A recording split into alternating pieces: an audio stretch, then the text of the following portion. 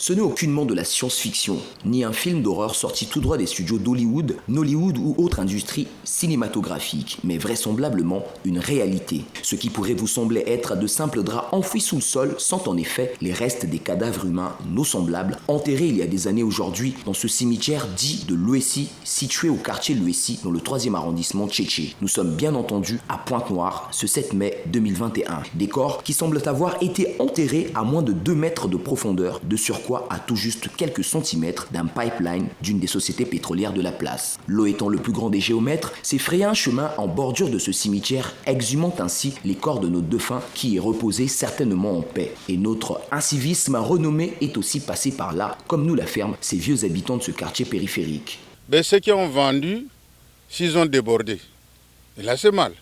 Parce que ça c'est le tuyau de l'État. Je pense que qui on appelle Eni. Donc Eni avait fait son truc. Il avait payé ce côté-là et pour Eni. Maintenant, ils ont venu de rescade jusque-là. Tu vois, le corps est en haut et le tuyau est en bas. Bon, qu'est-ce que nous allons dire ici? Est-ce qu'Eni il a tort? Il n'aura pas tort. Il peut venir. Quand il vient pour dire que non, moi je vais arranger mes trucs là. Et les gens de corps n'auront plus le temps. Qu'est-ce qu'ils vont dire? Ils n'auraient rien dire. Donc ils ont tort. Bon, normalement, c'est pas tellement bien parce que moi je suis là vers l'étage.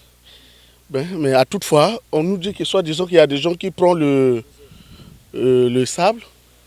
Hein? Les gens prennent le sable, mettent ici, dans leur maison. C'est pas bien.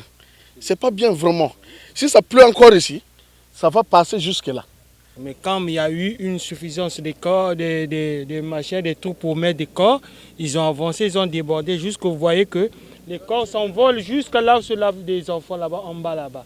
Donc ce taux-là, quand il y a la pluie, les enfants se lavent avec ce taux-là. Donc partout, ça c'est des corps.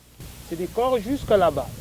Cette situation dure depuis presque 2 mois, à en croire ses habitants. 2 mois de peur et d'angoisse pour les populations environnantes. Au-delà de la peur, il faut compter le risque de contamination à toutes sortes de maladies pestilentielles, en raison des odeurs qui se dégagent de ces corps en putréfaction, mis à nu par ces érosions, mais surtout par la pollution des eaux de la Louessi. Et dire que ce cours d'eau est la principale source d'approvisionnement en eau des habitants de ce quartier et ses environs. Des eaux gagnées par des ossements humains, dont des mâchoires, des crânes et autres parties des macabées selon les populations. Dans l'eau là, oui. Déjà, on a eu 2 personnes qui ont déjà ramassé le mâchoire, plus, je crois, avant-bras, oui. On a ramassé des crânes, qui ne connaît pas ça ici à l'Ouessi. On a ramassé par des petits enfants qui ont ramassé, ils ont joué avec ici là. Et on a remis ça dans le cimetière.